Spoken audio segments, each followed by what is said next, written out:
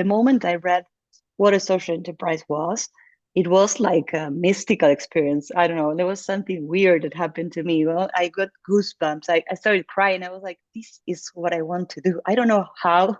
This was like 2011. I got online. I couldn't find anything about social enterprises in Argentina, or even Googling. I couldn't find almost anything rather than Yunus.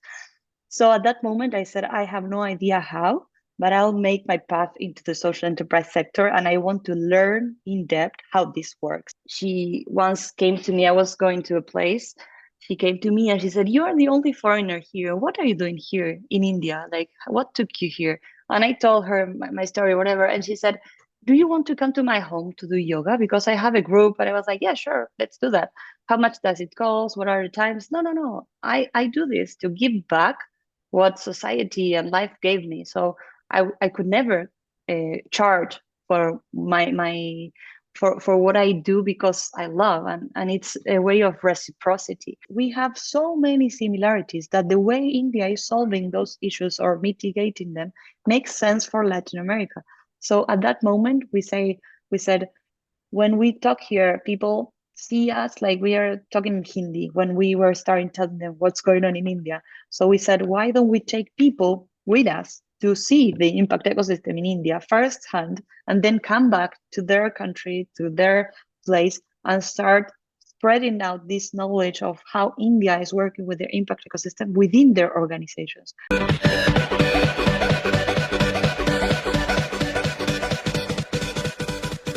Invisible Experts Podcast. Welcome back, everyone. For me, it's an honor having as a guest Jessica Oyarbide in today's episode.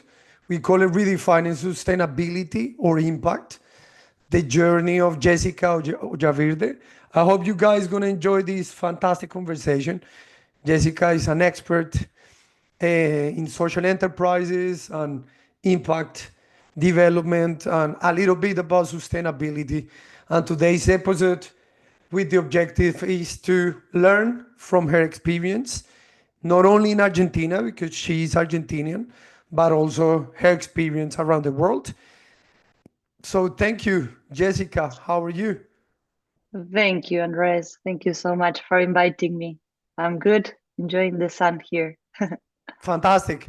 We need to tell our audience, like Jessica and I, we've never met in person, but I've been following her work for a long time. We have mutual friends, which is great. And we've been working in the ecosystem for a long time, but I hadn't had the pleasure to meet you. So thanks for accepting our invitation. And that's really cool. Jessica, if you don't mind, just maybe introduce yourself and talk about your work overall. Hence, our audience will be able to understand what you're up to and what you've been doing for the last few years. Sure. Thank you so much. And adding to what you were saying, I think my role overall is to be a bridge. And I think we are all very much connected, even though we haven't met. So I heard you and many of my friends, and when I was hearing your questions, I could notice that you were even in the same places that I've been with a few months back and forth. So I have many roles. On one side, I developed my career in the social enterprise and impact ecosystem sector. I studied advertising at the beginning, and I worked a little bit in advertising agencies a little time, because I realized that wasn't my place. So I started to understand what this social enterprise ecosystem was about. I went to live to India. I lived there 2 years. I got in touch with the social impact ecosystem in India. And then I started building what I would call branding agency called Marcas que Marcan, or MQM. In MQM, we are focused in providing consultancy services, workshops, and different type of activities to social impact enterprises. So we help them bring brands with positive impact. And we also work with many international organizations in changing narratives around topics that matter to us. And more or less at the same time, I also developed Ekhos with Virginia, my partner here. And in Ekhos, we always focus in contributing to building impact ecosystems. We both been in India a while. We understood that for India to be such a developed impact ecosystem, there was a need for generating partnerships and generating a fertile soil for this type of businesses. So we started Ekhos with the aim of generating a bridge between India and Latin America at the beginning. So we started doing trips to India. We have our next one in February 2025. We started providing consultancy, workshops, to a lot of different type of encounters so people could understand what their role was within the ecosystem and generate partnerships that would help these type of businesses to thrive. And we also co-created the Impact Latam network in 2020 with over 60 organizations in the region. We are part of the advisory council there. Apart from that, I'm also a mentor. I provide consultancy for different organizations. I'm also a university teacher recently. I'm also a mom. So I have many roles. Wow. So as a good millennial, you are such a versatile individual, you know. Listen, we're gonna talk about Ekhos, okay, which is your company, because I know you have many projects. But listen, I want to start to understand why someone like you, who was working in marketing, you know, and then you switched into this kind of career, which is kind of hard because obviously, like, try to generate value in terms of social and environmental. It's a tough road. Any road is tough, but I think our road can be more bumpy, if you see what I'm saying, because you know we have a lot of challenges. Society has a lot of challenges, so create the actual conditions for people who are trying to make a difference is hard, right? Because there is a lack of funding, lack of finance. Sometimes there are lack of professionalization. Usually, like experts, they go to the private sector. So, what happened to you? What switched in your mind to say, okay, let's make a difference? I'm gonna do something for my community. You know, a few weeks back was the Social Enterprise Day, and I was in a panel and we were discussing the importance of people and planet first verification. And I realized, and I said it out loud at that time, I am a people and planet first person. That's why I resonated with this proposal, because to me, what matters the most is that it's not. I couldn't picture myself at university at Cannes like some of my colleagues that wanted to win that prize for an advertising campaign that did blah blah blah and increase the sales of whatever brand.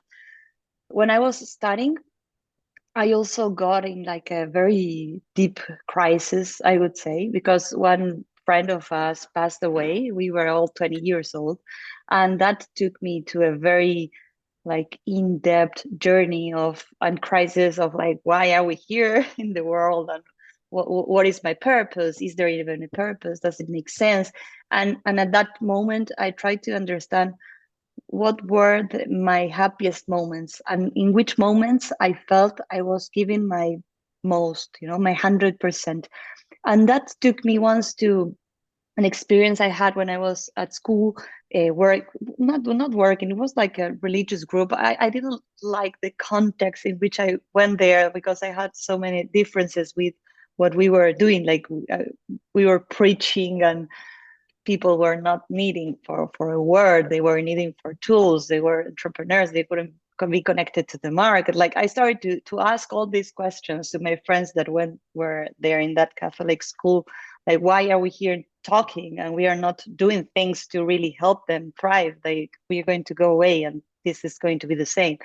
So at that moment, that really stood there like a satellite in my head. Like, how can we help this kind of people that lives in the middle of nowhere? They have tools, they have skills, but they are not connected to anywhere. So when I was, that was like 5 6 years or maybe less than this situation. When I was studying the advertising, I said, okay, what can I do to have a similar kind of experience like that one that I had in the middle of nowhere in Argentina, but here in the city in Buenos Aires? I was living in Buenos Aires at that moment. And I got in touch with an NGO that was working with micro entrepreneurs in slums in Argentina. And I started going every Saturday morning at 8 a.m. It was my happiest day in the week. 8 a.m. In the middle of the city, waiting for the bus to go there to a slum very very far away from the city center. And I would start generating brands with those micro entrepreneurs. I realized that my tools and what I was learning, if they could be applied to a different context and try to use them not as an enabler only for making more money, which they work for that, but also to help people understand what motivated them and what why they were doing what they were doing. It generated a huge change in their mindset. So they would start seeing themselves as entrepreneurs, and their confidence and their trust in themselves would increase. And hence, their sales would also increase because they were more confident, around to show their brands to everyone in their community. So I started developing that, and that was within a microfinance program. And I started to read. I really loved the way that was taking place, and I ran into Yunus books, and I ate them all. Like I really liked them. And the moment I read what a social enterprise was, it was like a mystical experience. I don't know. There was something weird that happened to me. Well, I got goosebumps. I started crying. I was like, this is what I want to do. I don't know how. This was like 2011. I got online. I couldn't find anything about social enterprises in Argentina, or even Googling. I couldn't find almost anything rather than Eunice. So at that moment, I said, I have no idea how, but I'll make my path into the social enterprise sector, and I want to learn in depth how this works. And that took me to start. When I graduated, I went to India because I knew that India, Bangladesh, there was something around there. I started working in a startup. It was not about social enterprise itself, but within that company, I started to get in touch with some organizations that were around this social enterprise ecosystem. So I started to understand a little bit how it worked. But I'll make a stop there because I think I'll make it too long. But that was No, no, my no. I key think it's discovery. perfect. No, no, I love it. I mean, to be fair, like there are no like limitations of it, sharing your journey. So wait, so you just realized how you can contribute like to your, let's say, community, and then you moved to India inspired by Mohammed Yunus, right? A little bit, yes. A little bit. I always felt something special with India, no? Like since very early, I used to read books about like Buddhism or Oriental philosophy or how the Vedas work.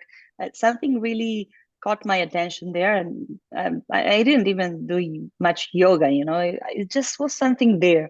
And when I graduated, I knew that I didn't want to work in a advertising agency, and it was funny because in this sector, it's normal that if you get graduated, you'll be exploded for many years, earning two pennies, doing things you don't like if you want to scale. And that just, I couldn't deal with that.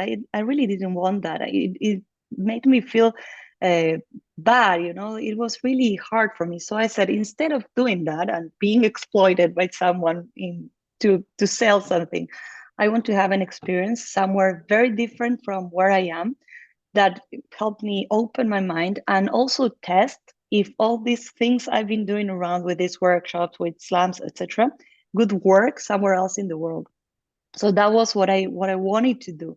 And I chose Mhm. India because when I started to search for these opportunities, Bangladesh was not really the first option, because when I started to read a little bit about Bangladesh, I said, okay, maybe not yet, but India was more developed. It's one of the world's growing economies, and it's huge, it's very diverse.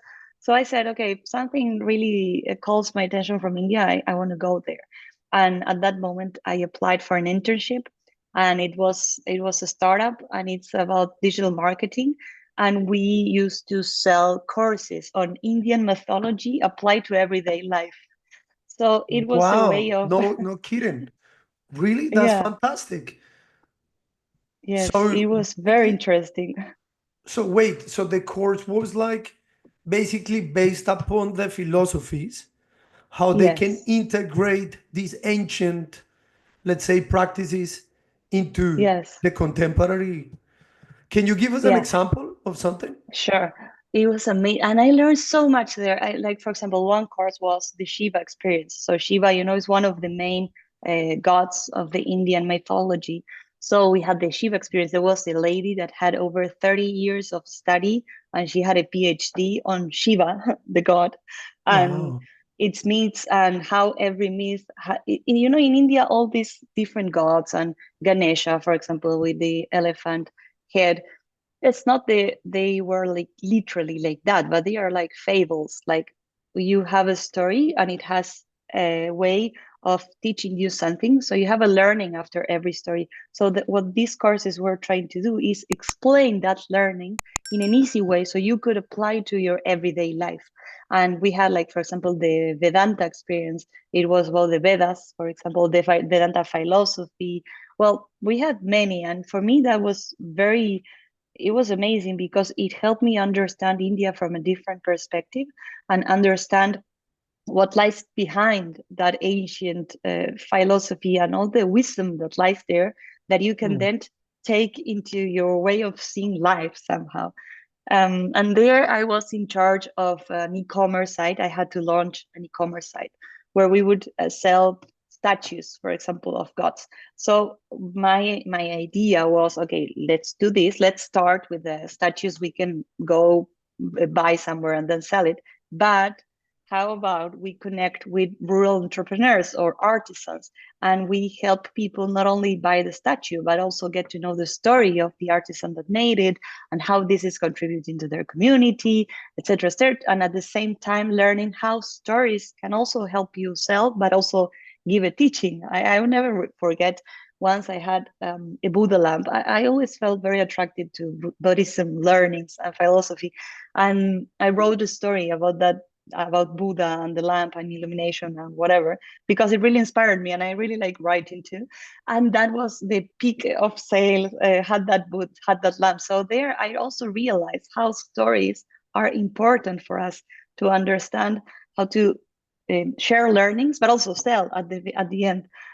So it was, yeah, it was a mix. And this idea that I had of connecting with artisans, that took me to start interacting with the impact ecosystem and with some of the partners that we have now in Ekhos.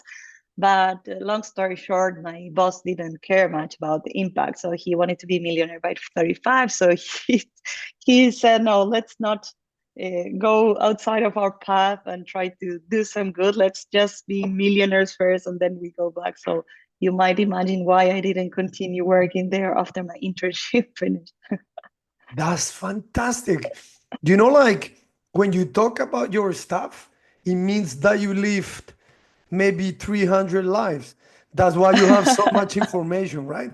Listen, I just got two points that, if you don't mind, I would love you to elaborate. Okay. Sure. First, about these courses, how do you actually like integrate in your daily life ancient philosophies or ancient practices? And I want to ask you whether you remembered like an ancient practice that could be applied to the sustainable sector or to the social enterprise sector. Very interesting questions. um, on one side, what I really admire about India, and that also not only I learned in the courses, but also I used to go to yoga there in India. It was one of the few reasons I got to wake up at 5, 6 a.m. in the morning to go to yoga. And there I meet my yoga teacher. And she once came to me. I was going to a place. She came to me and she said, "You are the only foreigner here. What are you doing here in India? Like, what took you here?" And I told her my story, whatever. And she said, "Do you want to come to my home to do yoga? Because I have a group." And I was like, "Yeah, sure, let's do that. How much does it cost? What are the times?" No, no, no. I do this to give back what society and life gave me. So I could never charge for my for what I do because I love, and it's a way of reciprocity.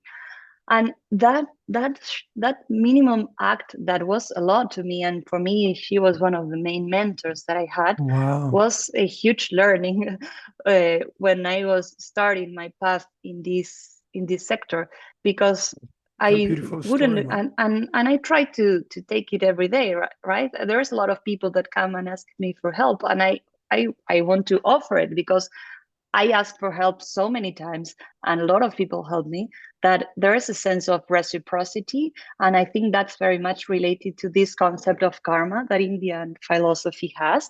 And we have to be responsible for our actions and our decisions because they have a consequence. And what we do today will matter tomorrow. So I think those kind of things um, really marked a way of seeing life. And also I think that's something that I think I take every day with me, and I try to. I'm not perfect, of course. We try to be better persons every day, but that sense of understanding how karma works for India really helped me understand that what I do today will have consequences tomorrow, and in a good way. If I act with kindness and with empathy and with love, I will get that back, and it is like that. I do get a lot of those things. So I think that really is something that I try to integrate in my daily life. And also, well, so many things. I think India shaped my way of seeing the world ultimately. But I think responsibility is something that is very, very strong when you start understanding Indian philosophy. It's not that things just happen randomly, but it happened because you had some karma, and then you have to be responsible for your karma and your energy and what you do and your actions, and be coherent between your thoughts, your actions, and your words, because if you are aligned there, then amazing things happen in the outside, but you have to be consistent in the inside. Wow, that's a beautiful story, man. So yeah, responsibility and reciprocity, right? Totally. Just open my That's window. Yeah. it's okay, don't worry. Listen, I was wondering then, so you don't remember any specific philosophy that you could actually like, or karma, no? This is what you said. That basically Yeah, could, to sustainability. Well, I think what I would say that it's very much related to sustainability is interconnectedness. We are all Mhm. one, and this concept of we are all one is not only about Hinduism, but all the isms have the same with different words, or call it God or call it whatever. But it's this thing that we are all part of the living being, which is Gaia, which is this earth. And whatever we do is like this butterfly effect. And something that really, and ultimately I've been thinking about that a lot, because it's this thing of duality. India talks, and in Indian myth you'll find duality a lot. And you'll find that when I think about sustainability and what's happening now and where we are heading to and climate change and whatever, it's like there are things, and I don't know how to organize my thoughts for this, because it's quite profound, and I haven't been able to put into words yet. But there's gonna be like bad things that will be there because we are in a dual world. But we need to work together to make the bad things less bad and try not to harm or damage. And I think these non-violence principles that India have, and this Gandhi philosophy, where we try to do no harm with our words, with our actions, with whatever, is very connected with sustainability, because at the end it's about generating well-being for people and planet, right? It's really trying to generate an ecosystem and this unity where we are all prosperous, and we cannot use the earth as a resource, but really as a living being that also has needs. And if she wants, he will do like this, and we are away. So I think that that's something that can be connected if we try to analyze it like that. wow, that's beautiful. Thanks for that one. Yeah, it made me wonder, how many similarities, right, from our continent we've got with them, isn't it? Because they are also super Totally. biocentric. I mean, of course, Hinduism, which is like, it doubles up. Christianity and Judaism and Islam is like about 4,000 years. They have so much wisdom there. Yeah, I've also been twice or three times, I don't remember, to India. And it's like a special place, isn't it? Like, is beautiful. Yeah, I remembered how much I learned and how much, even though, in some aspects they're still living in this caste system, but there's also a beauty of it, right? I mean, sometimes if you don't judge and you try to understand with their own lenses, you can probably go and see beyond and see that there must be a reason for it. Totally. And I think, yeah, and that's very important what you're saying, because when I talk about India, it sounds like everything is pink. But I think the India that we have been able to see and to meet, that India you cannot see with your eyes. You have to get to know India from your heart. And India is a very intense country with very diverse, with a lot of problems, and we can go in depth into that if you want. But if you learn to see India with your heart, you will learn so many amazing things that you will not be able to read anywhere or understand from someone else. Because I feel India like like a football court, so it's like everything is set for you to play. Depending on how you go to India, you'll have certain type of experience. So I've seen people that went with this mindset of like, oh my God, everyone is poor, and they go to India, they do this trip where they go from the five-star hotel to the Taj Mahal in a van, and they see people from the streets, and they come back home horrorized because they seen what Hollywood sells. But then if you go with your mind in blank and try not to judge but to observe, not even understand, observe, then you'll have another type of experience probably. And if you try to understand and talk with people, then you have like as many versions of India as people in the world. So I think it's very much about how you are when you go there and what you're seeking for. And India is a country where magical things happen if you go with that attitude. Wow, that's very inspiring. Thanks. So it is safe to say that then your journey, I mean, the first seat was your trips to the slums, to the villas in Argentina, and then the actual trigger was India. This is what I sense of the Totally. conversation then. Okay, Yes, so before we totally. move forward, like what happened after India, you mentioned something which is very interesting. You mentioned about storytelling and share learning. Okay.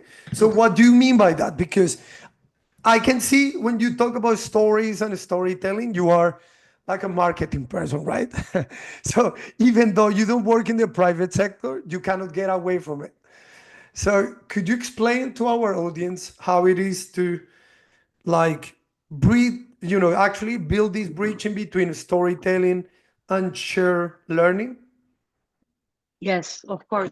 And I think there a concept to make a triangle between what you said is Okay. story doing, which is something that I learned as I was developing my path within this social enterprise sector. So I got, when I understood and got to learn about social enterprises, I got obsessed with it because it really struck me and I love it. I feel like social enterprises are the model that should be everywhere in the world because and when I got in touch with this learning of how storytelling can help, when I was in India, the second year that I was in India, because then I went back to Argentina, then I went to France, then I went to Bangladesh, then I went to India again. And that year I went to India. I wanted to really understand social enterprises. So I came across Fair Trade India, which is the national network for fair trade enterprises.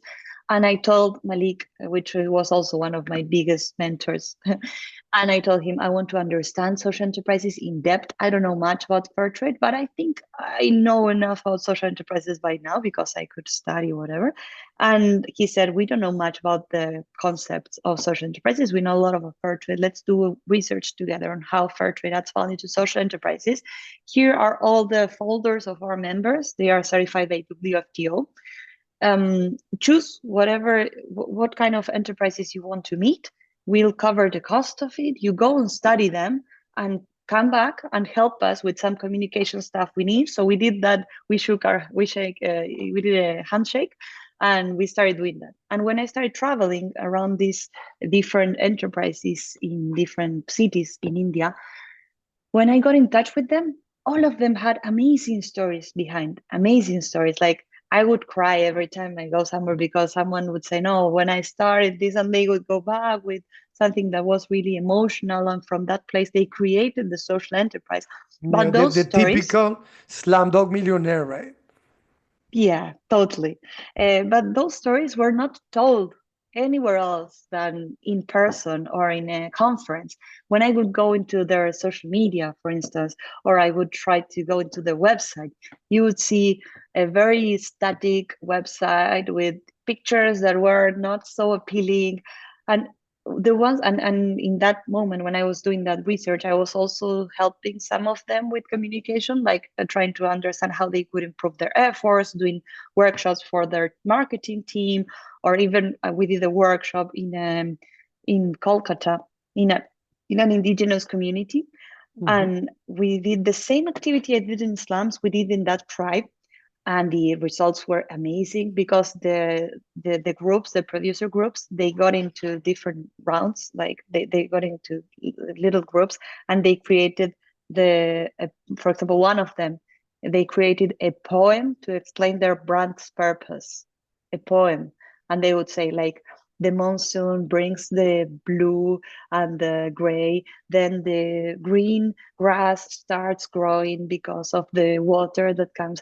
The elder are telling stories at the to the children below a tree. Like it was amazing.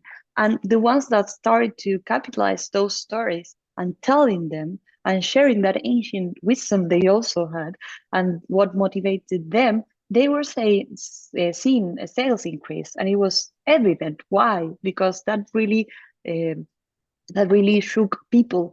Once you get to the emotional part, you start engaging from a different place. It's not about being competitive, selling a same kind of product with same kind of features or quality or whatever, but it's buying much more than that. And I think in this sector, especially for social enterprises, for fair trade enterprises, stories have to be the core of the brand, because the stories are what have the essence of what you're trying to do.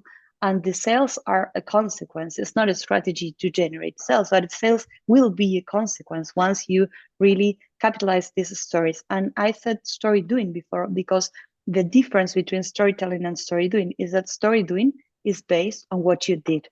Most companies, especially in the traditional world, they use storytelling and they invent stories and they create beautiful, fantastic stories about things, but they are not based on facts, on things that happen, on impact. And social enterprises or impact enterprises or any kind of organization that's working in this field, they have stories based on real facts that happen and impacted their communities. So I think the change here in doing marketing for good, as I like to say, is generating this story doing a way of telling what you are about or what your company is about. Wow. So story doing, storytelling, and then share learning. Yes, it's like they are all the same, they are all around the same thing. Like you can merge them, the three of them together. It's like telling stories based on facts and sharing knowledge or learnings on what you did. For example, in a project, what you learned from that project, what impact did it have, how people are feeling after that project was concluded. So it's all the three of them make sense when you merge them all together, and they can be sales oriented, but the sales will have a good purpose at the end. So the more you sell with that strategy, the better will be for society or for the planet. I think it's fantastic. We're just having a master class in marketing, in good in social marketing or emotional marketing. I don't know how to put it.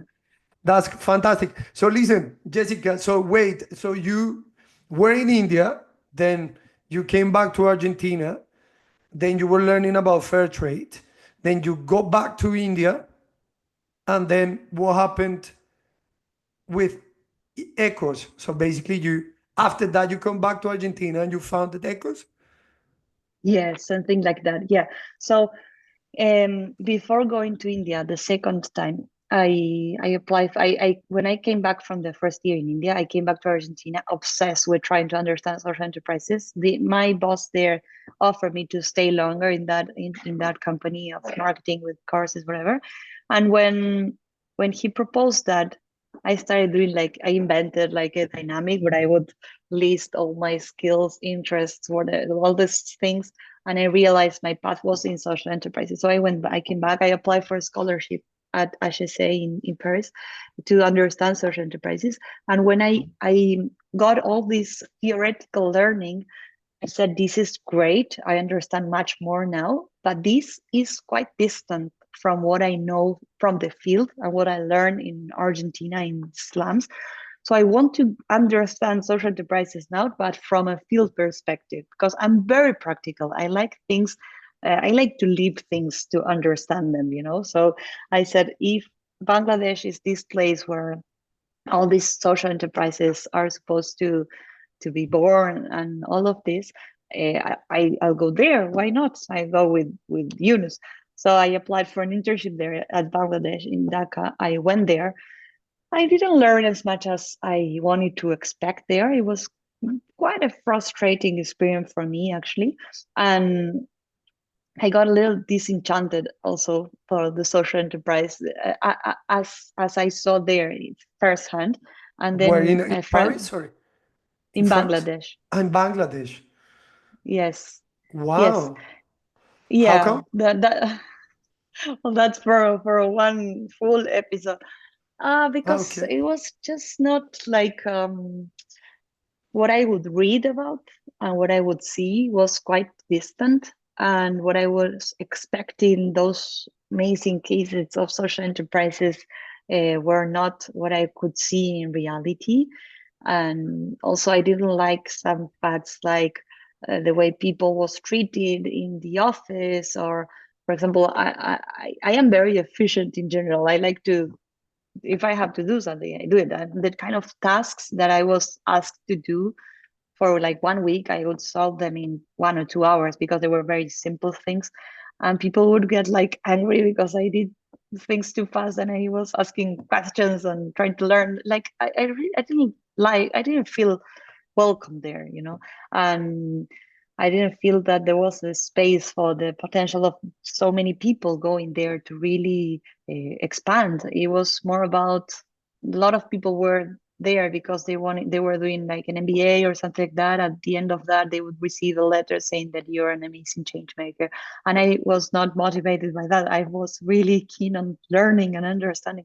So we had a little mismatch of expectations. So when I went back to India, I got this experience with Fairtrade India. And there, when I was working with them, with Malik and all these Fairtrade people that are amazing, and we are in touch with them even today. They have been our partners for Ekhos afterwards. And I started to see that these social enterprises were not alone. They were part of this ecosystem. So there were a lot of incubation programs that were helping them Hmm. strengthen their business model. There was a lot of impact investment. There were international funding available for them. There were public policies. So big companies have to give 2% of their net income to projects, and that would enable a lot of income a lot of money for these social enterprises to create projects. So I started to see there was like an ecosystem that was helping them thrive.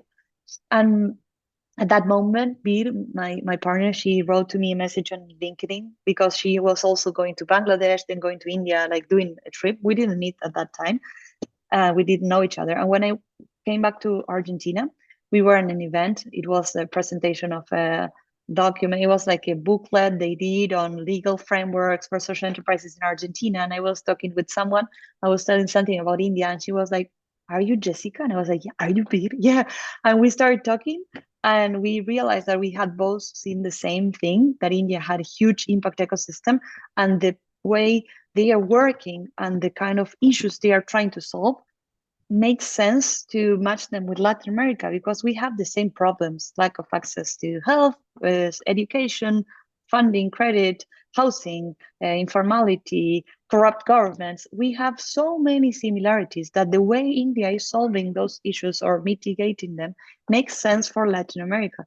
So at that moment, we said, when we talk here, people see us like we are talking in Hindi when we were starting telling them what's going on in India. So we said, why don't we take people with us to see the impact ecosystem in India firsthand, and then come back to their country, to their place, and start spreading out this knowledge of how India is working with their impact ecosystem within their organizations. So That's amazing, man. that's Yeah. why we created Ekhos. Wow. So can I ask you, how do you guys like financed people to travel to India? Because it's a pretty far trip, huh? Yeah. Well, every person pays for their, like we designed a trip that has a lot of social enterprise and impact enterprises field visits. We had Amazing. training, we had networking, we had events, etc.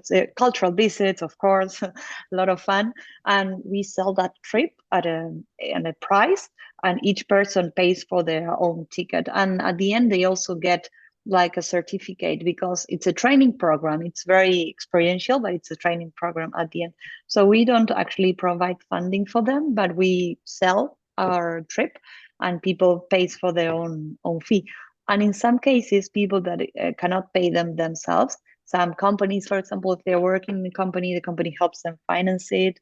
Or if, for example, one year, one of the one of my the persons that came went to India and gathered a lot of learnings for a specific field, and then she did a report, and they financed her to do that research. In this trip that we are having, the upcoming trip in February, there are also a few cases like that, people that want to understand a specific sector, and they are searching for innovation and contacts and whatever, so they help them finance that trip. That's fantastic. So wait, this is the perfect moment to ask you, so what Echoes does? What is Echoes and why Echoes? You know, the name Echoes, Yeah, which is yeah, EKHOS. Yeah. yes. What do you guys do? Yeah, so our purpose is to foster the development of impact ecosystems. That's what we really aim to do, and that's what motivates us, because we see that the ecosystem is the only thing that will create more enterprises in the future. We do many things, but our main things are generating trips like this, like the impact journey we're having in February, or the ones that we did before. We also provide consultancy. If someone wants, for example, if a company wants to generate partnerships with other actors of the ecosystem, but they don't know where to start, we help them understand and map that ecosystem and generate the partnerships, or starting to introduce people so they can generate partnerships. We facilitate events. I can say now that we are really specialized in making people to collaborate. So, for example, we went to Colombia last year, where a network hired us. We provide them a workshop before, and they hire us because they were a network, and all the members of the network were collaborating with the same actors, but they were not collaborating with each other. So they hired us to enhance the collaboration within the network and generate dynamics that would help them start in practice to collaborate and generate results. And that was really helpful, because they could understand why they were not collaborating with each other, and how they could improve the results by working together. So we are really focused on generating different excuses, encounters, activities for people to collaborate more. We also provide services like, for example, within the Impact Latam network, we did the impact ecosystem mapping. So we were in charge of that project. And we are really a bridge everywhere we go. Like, we know who to connect with whom. We are always trying to connect with other ecosystems, understanding how other ecosystems work. Now we are very engaged with Social Enterprise World Forum. We are People on Planet First LATAM regional partner. So we help social enterprises that want to get verified by People on Planet. We help them get in within the network. Yeah, we do many things. That's And what is fantastic. Ekhos? You asked me about the name. Yeah. So at the beginning, when it took us a while to come across with that name, When we started, we chose Ekhos because it reminds us of this echo, something that happened in one place, but it resonates in other places, like the echo. But when we wrote it down with the C, it looked like it was like ecological something. So we didn't want to be associated with ecology because yes, but it was not the main thing. So we put Ekhos, and then like 2 years after, we also realized that Ekhos is the first part of ecosystem. So it made more sense for us because yes, that's what we are trying to do. And when you see our logo, you have like all this interconnectedness of people, organizations, whatever we want them to be called, working together. So at the end, that's Ekhos, is generating different excuses for people to work together. Um, and the next bet that we have is within this trip we are doing in February. We are organizing a global impact businesses and ecosystem forum because we aim to get together not only India, Latin America, but also the UK. We have been working with the UK for the last 2 years, and we know the UK has a lot to add to this conversation and is a very strong triangular cooperator for these two regions. So we are generating this space for connection and learning and Where it is? thriving, generating opportunities. Can you In Delhi. repeat the name? Yeah, what is Yes, that? it's GIBEF. It's Global Impact Businesses and Ecosystem Forum, which you're invited, of course. Where? When is it? It's from the 18th till the 21st of February in India, in Delhi. Okay, Feb 25, no? Yes. Okay. Wow, that's crazy. Well done, guys.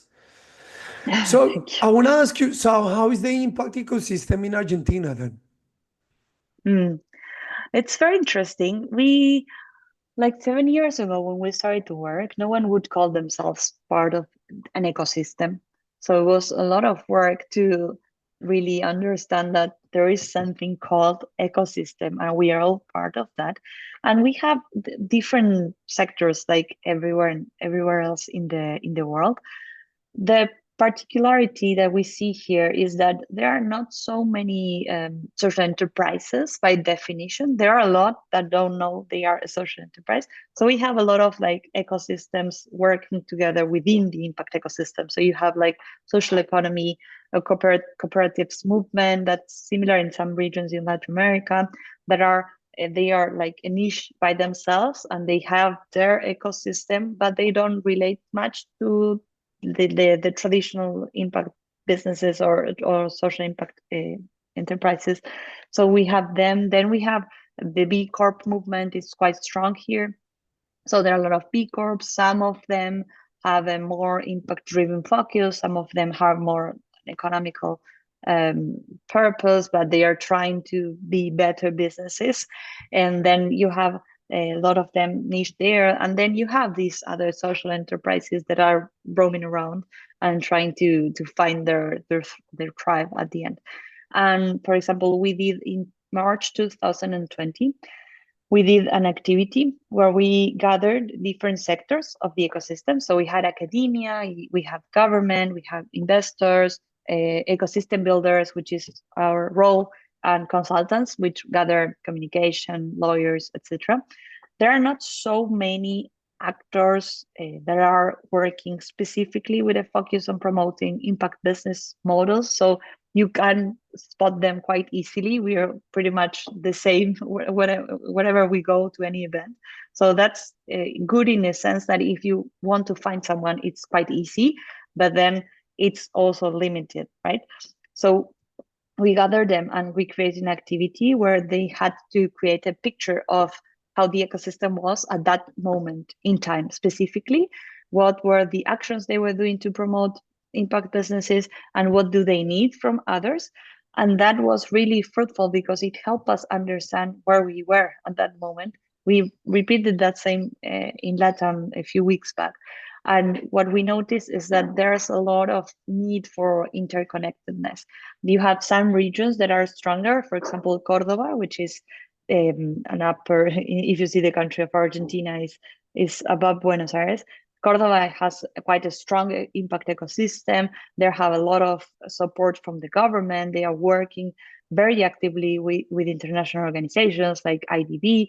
You have Mendoza, which is more close to the Andes, and they are also quite strong there. In the city of Buenos Aires, you have different initiatives and you also have some movement there. But then what we see is that the development of the ecosystem sometimes it's quite tied to the what the current government is trying to promote or not. And that's not good in the sense that if you tied it to what the government wants, and specifically now that they don't care much about these kind of things, then it's a weaknesses because they Well, then you won't be able to thrive if you're looking to what the government is doing. But I think provinces like Cordoba can show us that really when you have a government that is really committed to this and when you have a set of actors that are willing to contribute to the development of ecosystem, then the results are imminent. so in terms of like when you compare Argentina and India, for instance, do you see like similarities in terms like also the impact ecosystem in India depending on the government, or it doesn't work like this there? Um, I would say also depends on the region. But what I really like about India is that irrespective of the local government, the organizations and the level of development that the ecosystem has allows them to move forward anyways, with or without the government support or willingness to contribute to the movement. So they had during the COVID, of course, like every country in the world, they were struggling quite a lot. A lot of enterprises were having issues to succeed or to be able to sustain their models. Some programs just run out of funding. Like that happened globally. But what we see in India, and we don't see here as much yet, is the fact that they collaborate together. And I think that's also something that we can learn from that culture. And if we go back to that ancient philosophy or wisdom or whatever we can call it, like for example, in India, you can find events that are organized by organizations that are doing the same. They would be called competitors, and they are doing events together or programs together and helping each other. And what we Mhm. see here is sometimes in some sector with some people, you see that collaboration, but still remains this thing of trying to if I will help you, it's because you earned this or that, or you have this title, or you are friends with this or that. I see more like exclusivity in a sector that we should be more about collaboration, openness, Sure. and sharing purpose and collective well-being. And I see that here we still need to learn a little bit more, maybe in an empathetic way or in a personal growth way, to understand that we are not competitors. And yeah, you're help asking me to share this about what you're doing, but whenever I ask you about something tiny, you're not willing to give me a hand because you are this title and I am here. Like, I see this jealousy thing that doesn't allow us to collaborate more. And I think that's one difference that I see if we take it more to a soft place from India, which in India is they understand and it's strategic to get together with the ones that are working in the same field. Mhm. That's interesting. I mean, I can see your area of expertise is ecosystem, right? Or impact ecosystem. So, in an ideal world, okay, what would be the ideal impact ecosystem? What do we need to have the perfect ecosystem in order to enhance, to trigger, to motivate, to accelerate whatever sustainable Mm, organizations, which includes, of course, social enterprises, impact enterprises, sustainable enterprises. that's interesting. I think I would mix and match some of the examples we see around the world. So, Sure, for sure, sure. example, I would take the Scottish strategy of like 10-year social enterprise plan that has been made with different actors of the ecosystem. I would take that like long-term planning, despite the fact that governments can change, and agreeing on some common ground or common actions that have to be achieved by X amount of time. So we can ensure that no matter what happens, we will try to stick to this long term vision. So I would Okay. say planning. Then I would say financing or funding available for ecosystem building. We are all the time, and this is something that I see very, very much in Latin America too, but we are obsessed with financing what can give us immediate results or return of investment that you can measure, like incubators, investors too, social enterprise, whatever. But how can we expect to have an ecosystem if we are not financing the work of those who are weaving the network so that people can collaborate more? So in an ideal world, I think we would have funding available for ecosystem builders that is not tied to return of investment specifically, but maybe qualitative results like partnerships made or people that are choosing their path, coming out from school, university, trying to choose this path. I think we need to make another way of measuring what is the impact of ecosystem builders. So I would say that. Then I would say open collaboration. People really understanding first who is who, knowledge, where we can maybe, I don't know, go to a platform or something and understand who are all the actors of the ecosystem, what everyone does, and who I need to address to in order to generate X or this action. Um, I don't know. It's nice to dream about the perfect ecosystem, Sure. That's and fantastic. I would say connectedness and spaces to share with other ecosystems around the world, because there's so much we can learn and grow with others that we sometimes try to sort out our issues in thinking in the way we think, and maybe another one already solved it and we are missing the opportunity of learning faster. So I would say connectedness with other ecosystems. Yeah. I think that kind of reminds me the ecosystem in the UK, because, I don't know, like if you, like, have you ever heard how the sector was developed in the UK? A little bit, Yeah, but I'm yeah, pleased I'm to not learn sure. more. Yeah, but no, it's interesting because basically, like in 2008, after a little bit after 2008, with the economic crunch, the state didn't have so much money to invest in the third sector. So they say, we don't have more money to fund NGOs, charities, foundations, etc., etc. And they say, okay, listen, you guys need to start to become self-sustainable, right?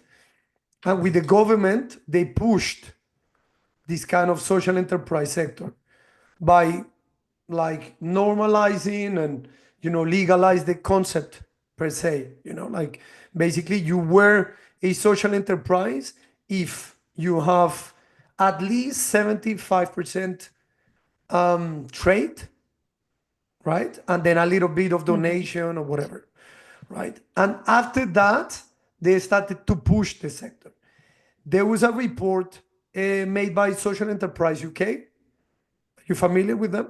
And Yeah, yeah, yeah. We are very after close. all this, they actually claim that the social enterprise sector was contributing to the 3% of the total GDP of the country. So Yes, it's that's just what you amazing. said before, like basically government policies that actually do that, finance for the ecosystem and finance for the enterprises, and I think a little bit culture, like Mm. entrepreneurial culture, right? Don't you think? Like, Yes, because 100%. yeah, I don't know, like places, for instance, such as Spain, people don't tend to have this kind of entrepreneurial culture. Mm. But even though perhaps there are funding available, because there is, Yeah. people don't even apply for it. No, So for would us, you that's agree? like, feel like Oh, crying. isn't it? But Yeah. it's weird because look, okay, ideally you would like to have this kind of welfare state, especially Yeah. us. We coming from a Yeah. very tough societies, and I think Colombia is a bit tougher than Argentina, to be honest, right? Like private education, mostly private schools. People hardly have access to different things because there is no funding for setting like social classes. And then, you know, like when you come to Europe, right? The welfare state is very, very strong. Free education, Yes. free healthcare.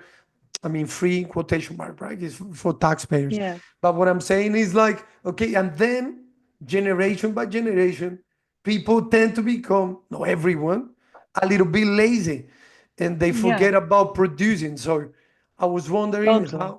how because you encourage people to do that, how would you overcome this kind of cultural mindset of dependency? I was talking to, Mm. actually, like this week, we're gonna air one of our episodes in South Africa, and we were talking about dependency and how dependency sometimes is not beneficial for the sector. So, how would you, like from Ekhos or from your experience, how do you guys tackle dependency syndrome in terms of, okay, it's fine to like be financed, but also at some point we need to start to produce, sell, Totally. and be self-sustainable.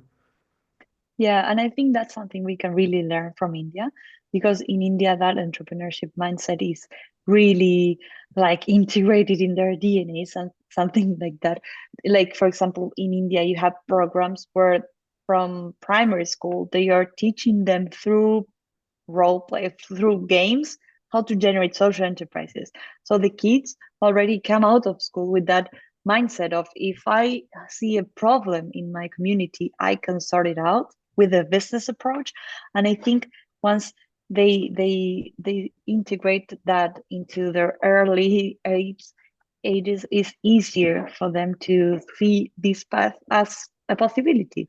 And I saw that what you're saying too in Europe. My mom lives in the UK, so I get to go there quite often.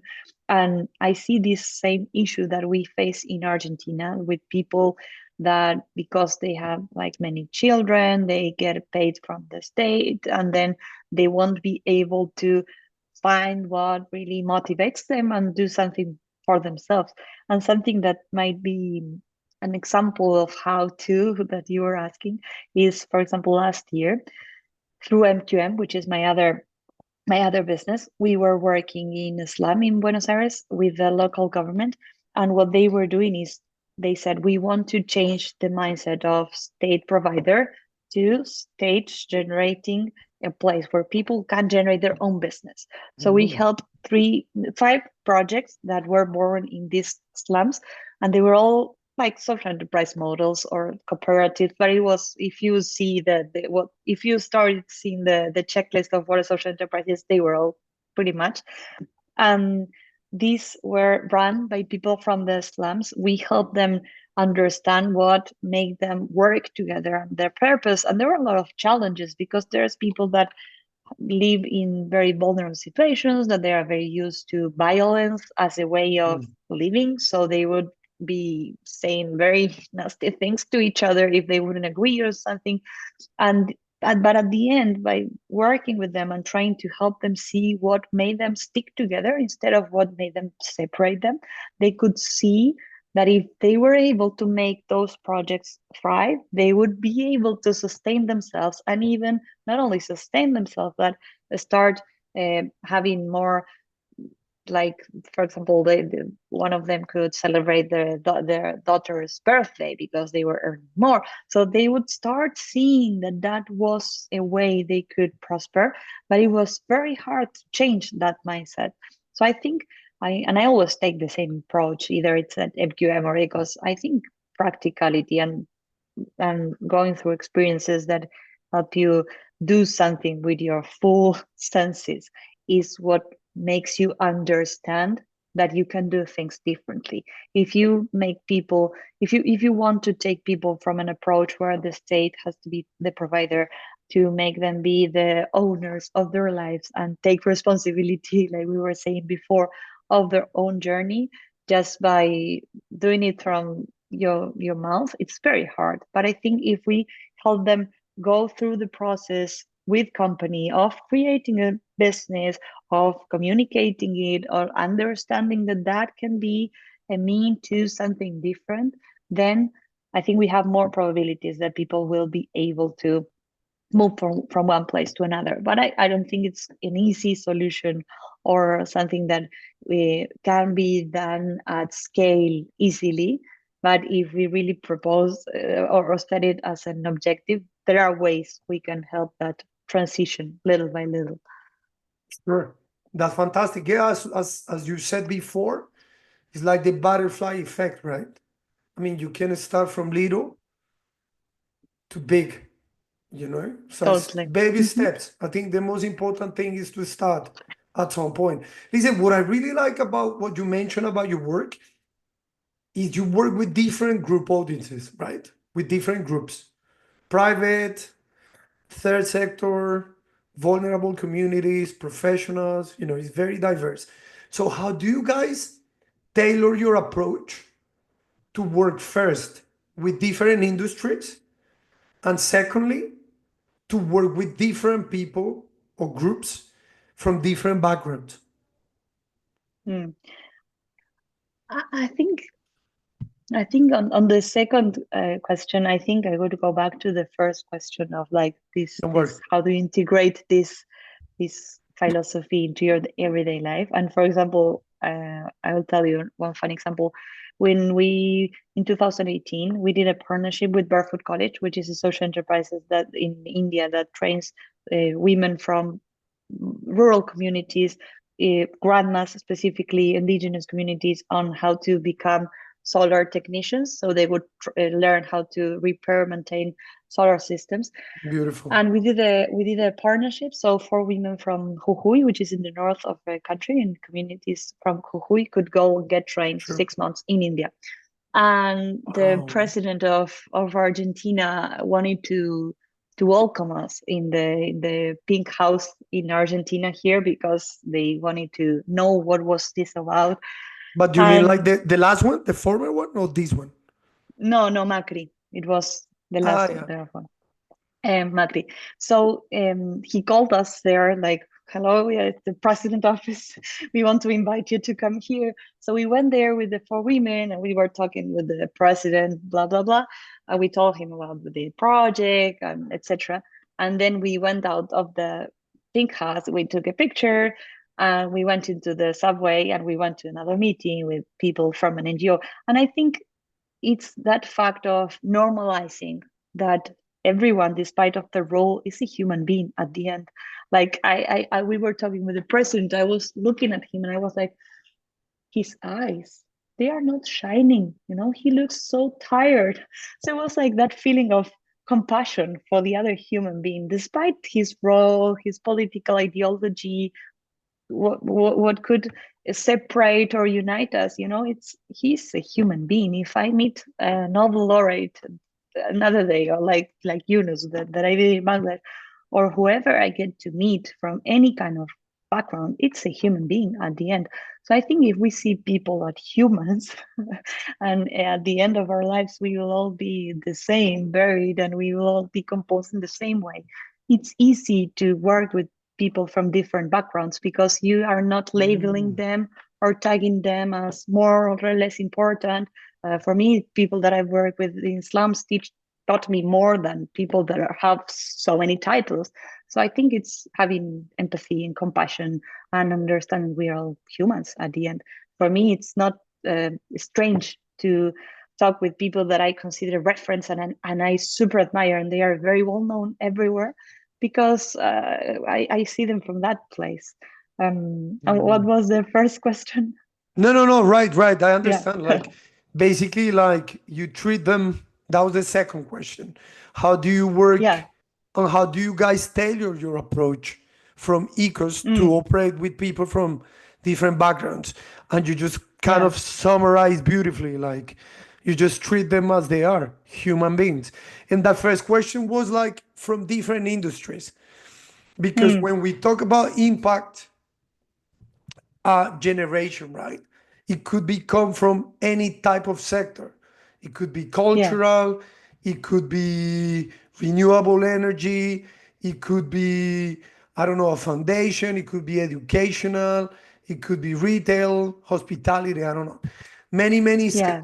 So how do you guys like adapt, you know, your approach to, as you put it, like to enhance these interconnections among different sectors or industries. Mm. Yeah, well, the B side of that is that sometimes it's hard on the marketing side of it, because if you Mm, want to sell consultancy or some kind of service, then we tend to get busy who to offer it to. So that's the other side of the situation. But then I think in that sense, um, different industries or people is not so much a struggle for us, because the essence of the problem they might have is the same. There's people with different roles or objectives that are not collaborating enough to fulfill X objective or result or whatever they are dealing with. right, So right, right, in the right. essence, it's the same. So I think in some industries, like for example, if you do impact measurement, yeah, you might have to have some sort of specialization for some industries, because you will not measure Sure, in the same way a textile or like of I don't course, know, right. oil company. But Yeah, yeah, in yeah. this sense, I think the kind of issues we are trying to address can be shared issues.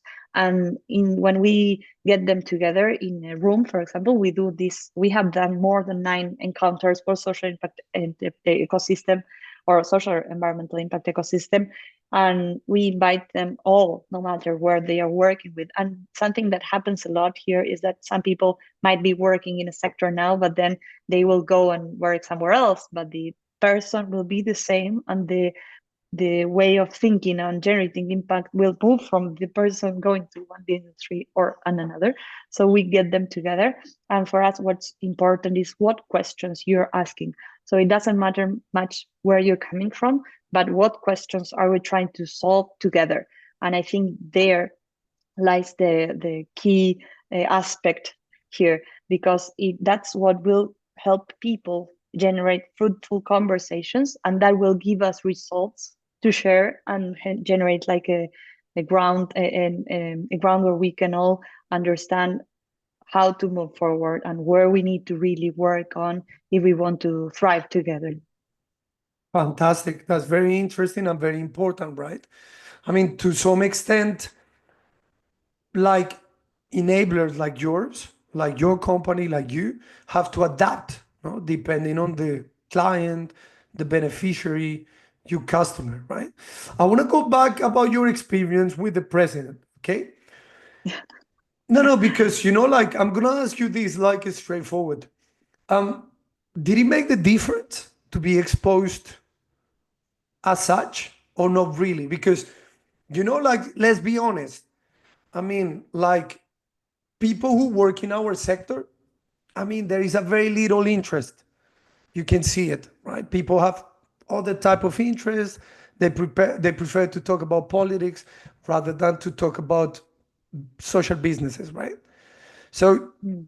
do you think did it make a difference in terms of marketing, or not really, or it was just an anecdote that you just okay, it doesn't matter?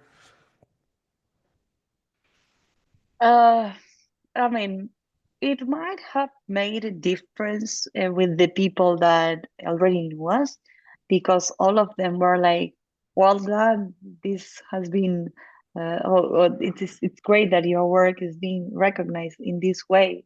Because it's a president at the end. It is an important person, so it was important for the niche and the sector. But if we go to practicality, did we get more visibility or access to funding or government support?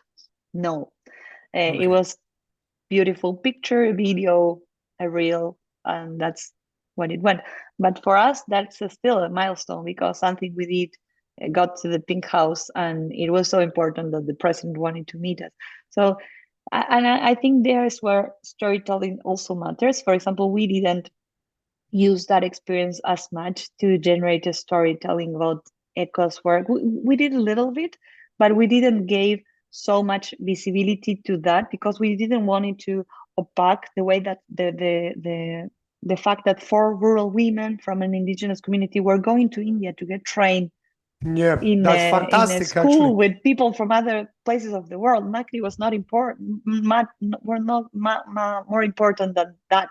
So we didn't use it as a storytelling to increase our visibility because we didn't consider it as important as what was going to happen. Sure. So maybe it could have helped us, but as the government was not supporting absolutely anything, we didn't feel that it needed so much visibility. It was something nice. It was a good recognition. We were very grateful. But then we had so many meetings to get uh, funding for the next steps of the project. And we met so many governmental institutions that were Which never working in the same happened. fields. And never Never happened then. happened. Yeah, yeah, they are really No. good to they are actually like anywhere in the world, they are very good to make promises and to break them, right? Yeah. Listen, I want to talk about this project. This is fantastic. So you took rural women from Jujuy, which is basically like North Argentina, Yes. and the Hmm. majority of the population are native, indigenous Yes. population, right? Uh-huh. So first of all, why about this solar uh, energy training? Why? And secondly, how do you manage to get them there? Because Ekhos basically, like obviously, is part of your business model. People pay for their trips, but for these women, I suppose you look outsourced. No, you outsource finance. So if you Mm. could tell us the story. Sure.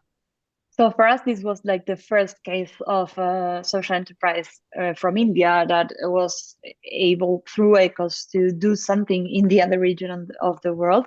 So Barefoot College was born because Banker Roy, the owner of or the founder of Barefoot, saw that there was a lot of talent and potential in rural areas that was uh, lost, or people were really struggling with their livelihoods, etc.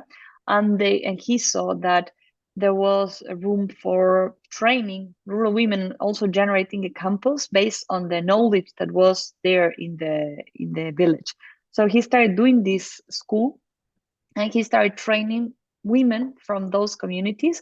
If you go Wow. to I put into brackets, like if you go to any rural community in India or anywhere else in Latin America, I would say you would find that people lighten themselves up with kerosene. I don't know how if it's the same in English, but with fire or things that are very polluting and they are harming their health and expensive too. So, and they use that into their homes, etc., etc. So that has a lot of consequences for their health, their income, etc. So when you bring solar light into these rural communities, then you just get away, you take away one problem, like pollution Yeah. and health Yeah. and income going to nowhere. Then if you invest in a panel, then you have light for sure. And when you have light, you also have opportunities for education. You have opportunities to have more free time because now your life doesn't depend on when the sun is up, but you can have light at home. You can generate a business, a side business, because now you have light, which is something that we all take for granted. So he saw this and he created this place in Tilonia, in Jaipur, and he started training women from rural communities there in India.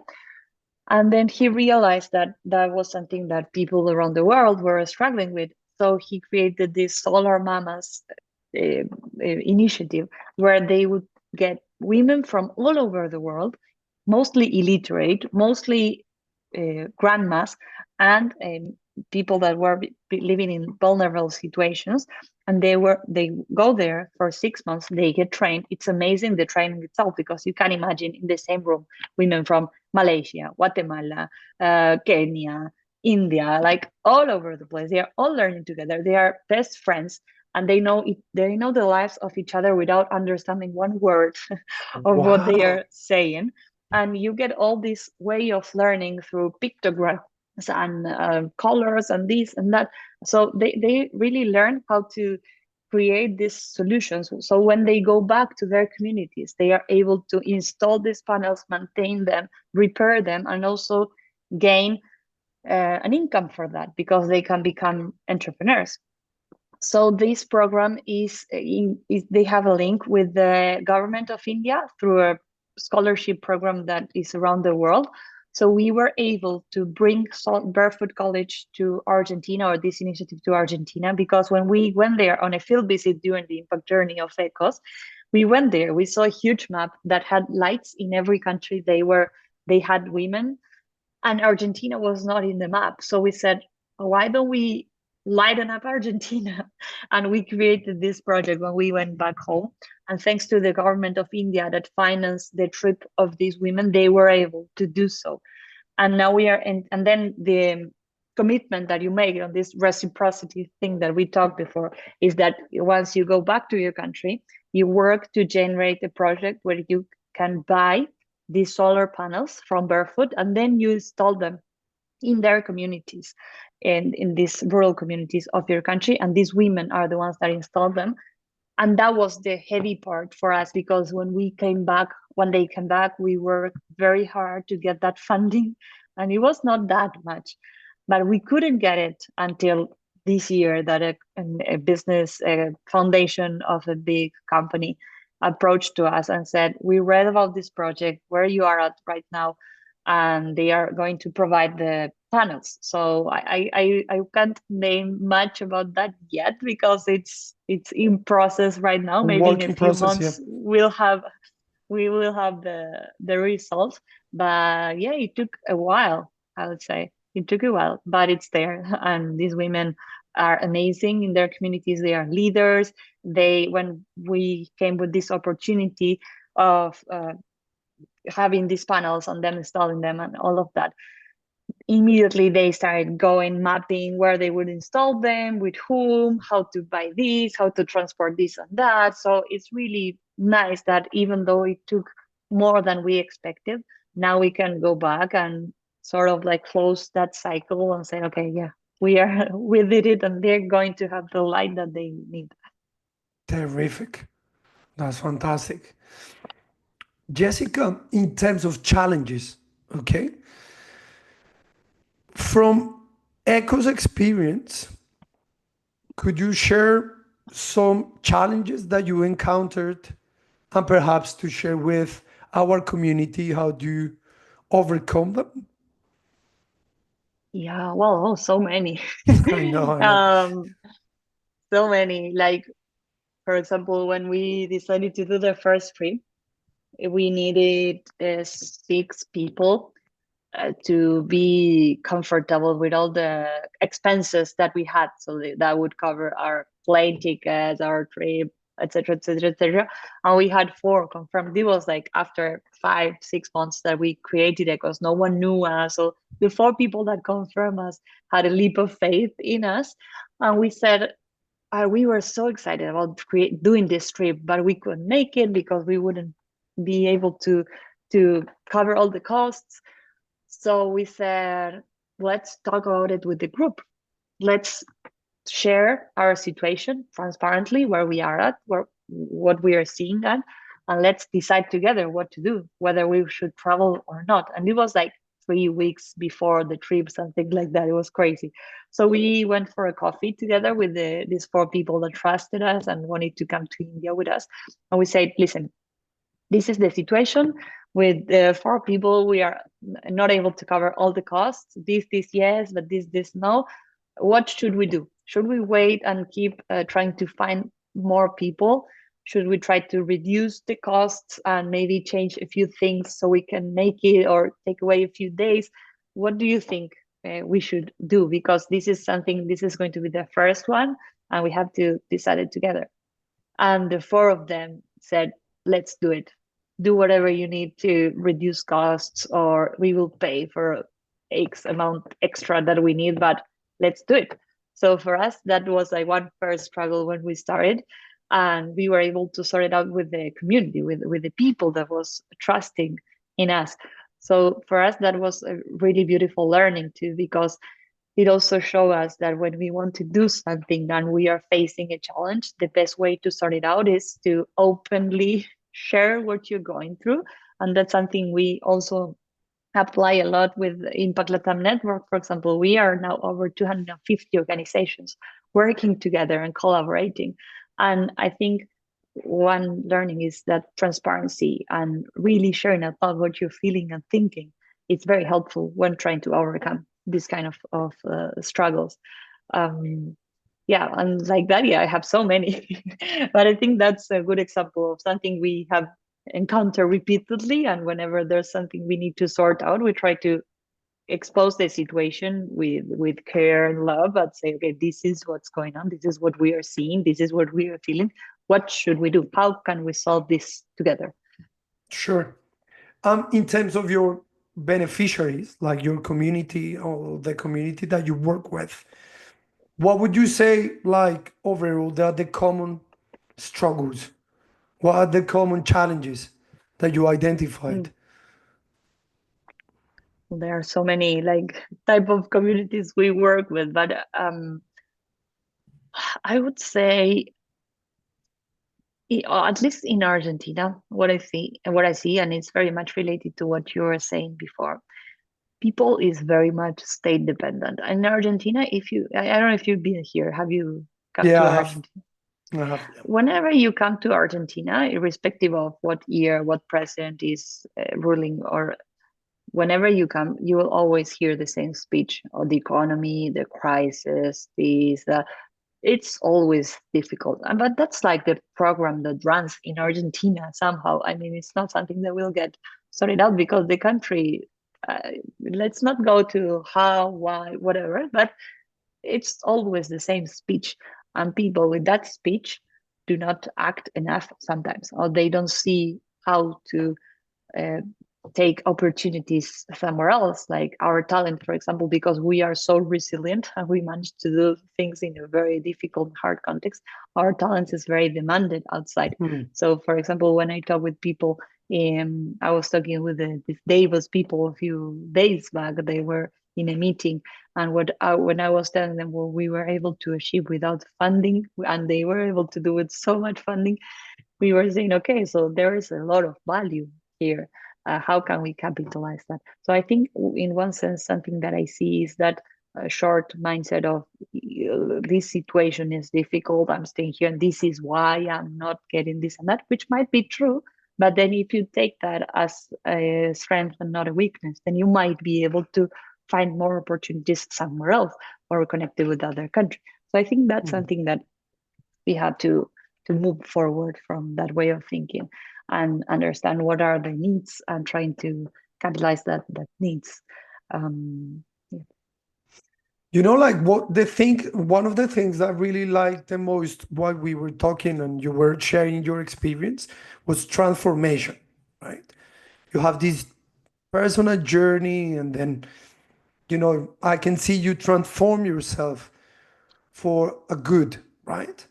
So, how would you say Echoes transform people's life through your work? That's a profound question. um, I think we kind of like operate as a head opener. You have a can opener.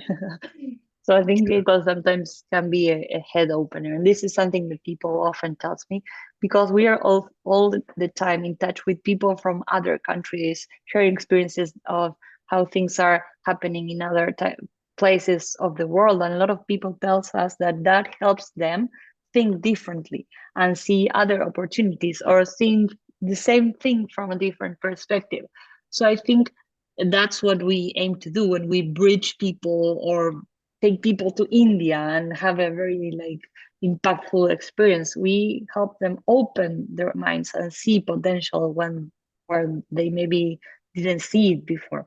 So I would say that's where we are really into, and bridging. I think our main purpose here is to be a bridge. Like when we see things that are disconnected, and once they are connected they are more successful, then we act there. I think that's where sometimes transformation happens, and even to a personal level. Like, I managed to connect my best friend with someone, they got married, they had kids. Like, we are a bridge. Like, that's what we do anywhere. Okay.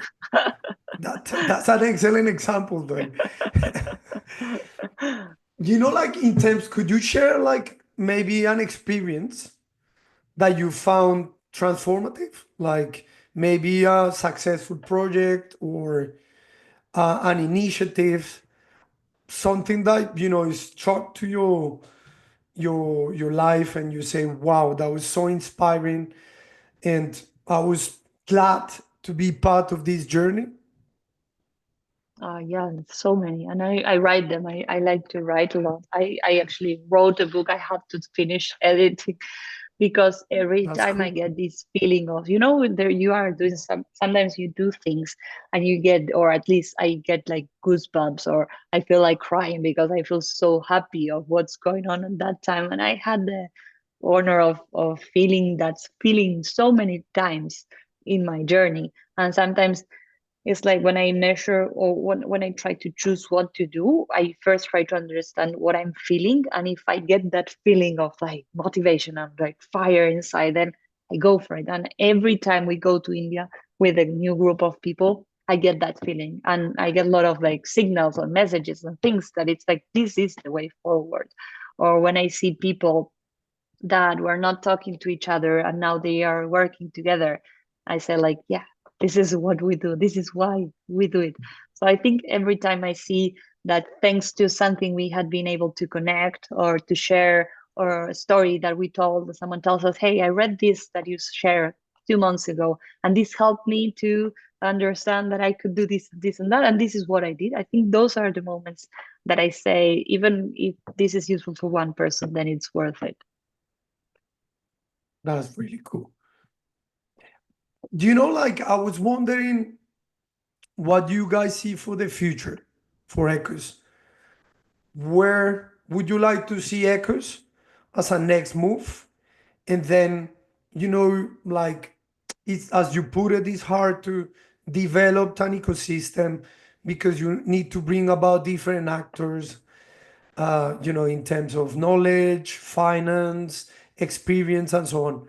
So I guess my two questions are: first, what would you like to see Echoes like enhancing this ecosystem, and where would you like to see the ecosystem in the short term in Argentina? So for us, 7 years have passed or are finishing in February, which is like it's a cycle of these 7 years that we have been working in. And the next 7 years of Ecos will be about really generating a platform to connect impact ecosystems. That's where we are focusing our efforts in. And this event we are doing in February will be the first milestone in this connection. But that's where we are trying to do, like really generating a bridge between these regions so that opportunities can flow, business opportunities, investment opportunities, knowledge transferring opportunities, really connecting. I think that's where we will be working on, and that's where our focus will be, connecting from different impact ecosystems from around the world and see how we can really work together and share knowledge and opportunities and way to move forward, and not having the truth about something, but ways of understanding how we can all work and share together. So that's where our vision is and our efforts will be for the next 7 years. That's cool. Like, in terms of advice, okay, for our audience, like, what would you like, say to them in order for them to be enablers in their own ecosystem, to enhance their own impact ecosystem, if you wish? Yeah, I would say start in your own square meter. So, like something we develop in Ecos is like impact boards in cities. I live in a small city in Buenos Aires called Tandil, and she lives in Rio Cuarto in a city in Córdoba. And we both started impact boards in our cities, which is different spaces where people that are working somehow related to impact gather and try to get to know each other first. That's very important. Trust each other and then collaborate.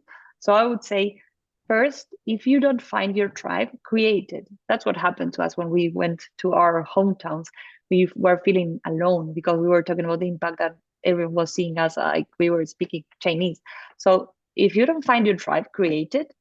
Get together with those who are also aligned with your purpose, with your way of seeing life, and don't try to be to agree on everything. Try to agree to disagree too, but try to start around where you are, like what little step you can make and who you can start talking with, and don't aim to generate a project and get funding straight away, but first create a community that you can trust, that you can share knowledge together with the time available that you had, or make the time to make that. And I promise that's something transformational for everyone there. Wow. Listen, when we started the conversation, you mentioned a lot of roles that you have, okay? And one of them is to be a mom. Congratulations for that. So I want Thank to you. ask you, like, like what are you gonna do, okay, to motivate your kid to be also a change maker? What do you have in mind?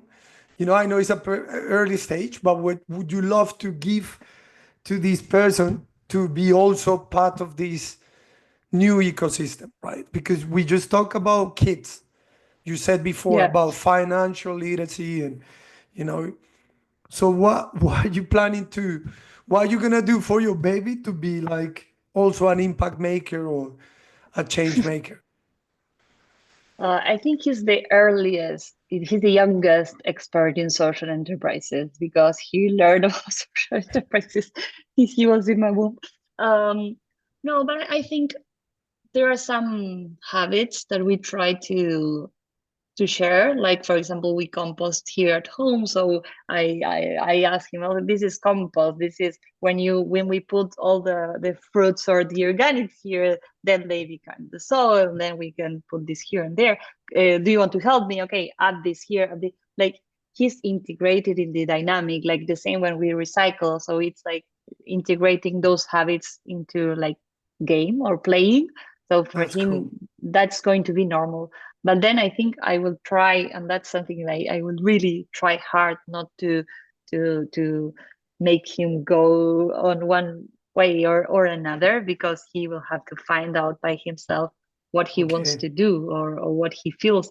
But I think as long as he normalizes doing things that are good for people, planet, or even like, for example, I don't know, like a kid at the nursery, he keeps biting him. So I tell him maybe he's sad because of something. So we are trying to not to hit him back, or tell your teacher, like trying to integrate that into compassion into his mindset. But I think how, it's more about a way of seeing things, not the path he will want to choose.